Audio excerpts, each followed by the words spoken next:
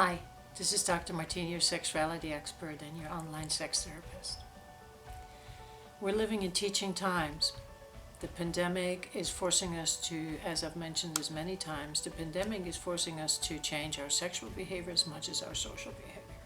So there's a lot of changes in the air. With those changes, our daily routines are getting thrown upside down, and there's a lot of communication that needs to happen. So I decided today I will bring the topic of how to communicate your sexual desires, because it is a topic that I hear a lot in my private practice, and I think the timing is perfect for it right now, because like I said, we're already doing a lot of communicating. We have to, we have tasks now that we didn't have before. Our work schedule has gotten thrown upside down, the home schedule, everything. And if you live with your partner, you know there's a lot of talking going on. Amongst that, of course, feelings of frustration and anger and dissatisfaction and all of that stuff. And projects are looming, a lot of people are spending energy in their garden and in the garage, in the kitchen, rearranging cabinets, even painting the kitchen. I painted the kitchen.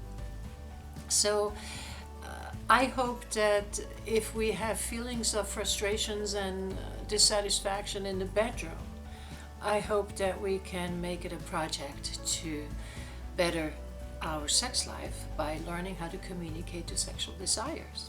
And this is what I want to teach you today.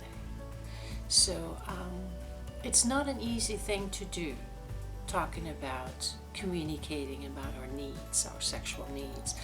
But like everything else when it comes to human sexuality, it can be learned, and that's what we're hopefully doing today. Here we go. The most important thing about your sexual desire is that you don't keep it locked up. And the second most important thing is that it is your desire, that it's real and unique and authentic. Before you can say what you need, in other words, before you can express your sexual desire, you will have to understand it and you'll have to know it. Otherwise, how can you communicate it? So you have to do some investigating, and let me help you with that. When you are trying to express something you want, you must have positive thoughts about it.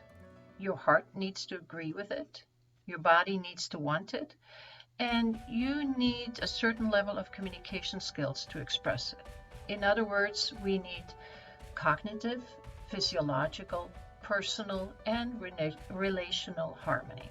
Let me take you through these 4 components of your sexuality and show you how your ability to communicate your sexual desire depends on understanding the components and the dynamic that exists between them. Let's start with the cognitive component of our sexuality.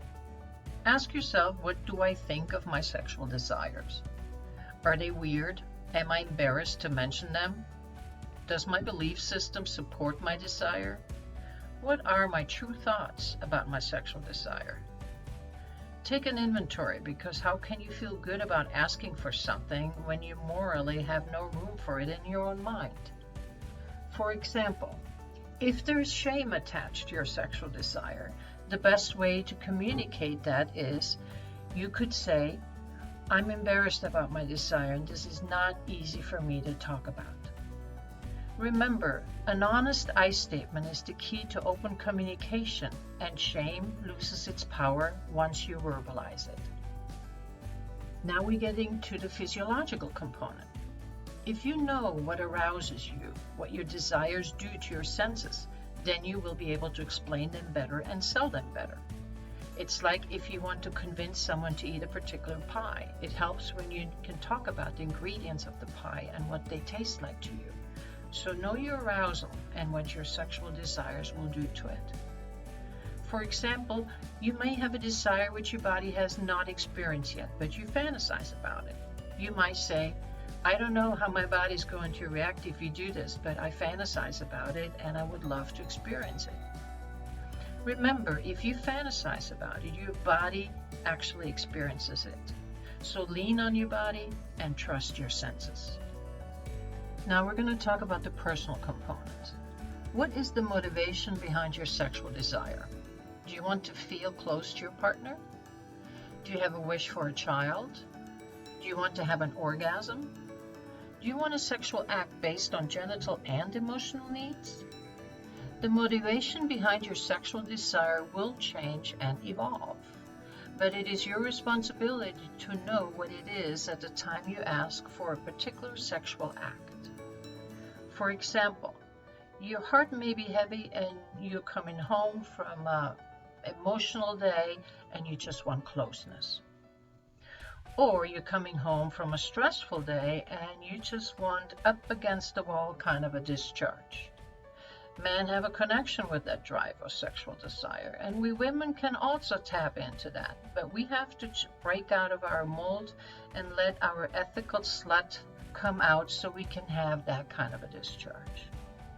The more you check in with your motivation behind your desire, the more you become familiar with it. Give yourself time to get to know this part of you. Relational component. Are your communication skills up to par? Do you forgive your partner for not being able to read your mind? Are you compassionate about his or her needs? Are you honest about yours? Are you giving your desires and needs a chance to be heard? Are you loving when you ask your partner to do something that you desire? For example, pay attention how you ask your partner for other things, non-sexual things, like taking out the garbage or picking something up for you. Do you feel confident in asking for those things? This will give you an idea where your skill level lies. You may even ask your partner how you communicate desires and wishes.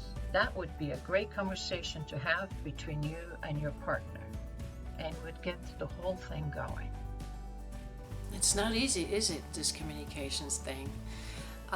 It's not easy to communicate about all kinds of things, but especially about sexual behavior. So I want you to keep a few things in mind, and that is the one reason why it is difficult to do this is because we're all afraid. We're afraid to be ridiculed, we're afraid to be shamed, to laughed at, and because of our sexual desires, and ultimately we're afraid that nobody's going to love us anymore. So keep that in mind, especially when you struggle with your own fear. And the emotion of shame is attached to a lot of our sexual desires, and just keep in mind that has been implemented by the society, not by you.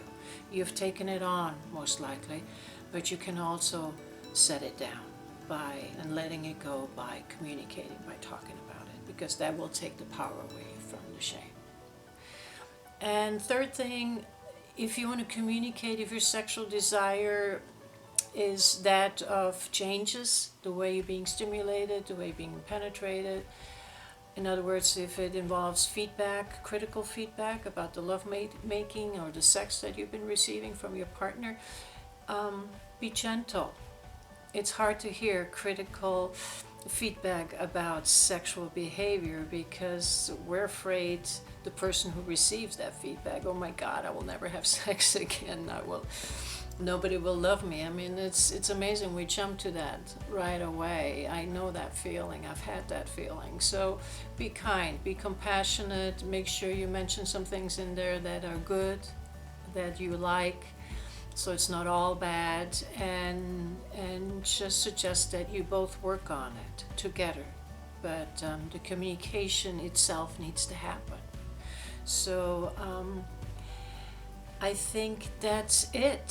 So if you have any troubles, if you have any problems with doing that, please contact me. And in the meantime, just, take that courage and start having that conversation. And this way you can better your sex life. So take care and keep it real. I'll talk to you next week. Bye-bye.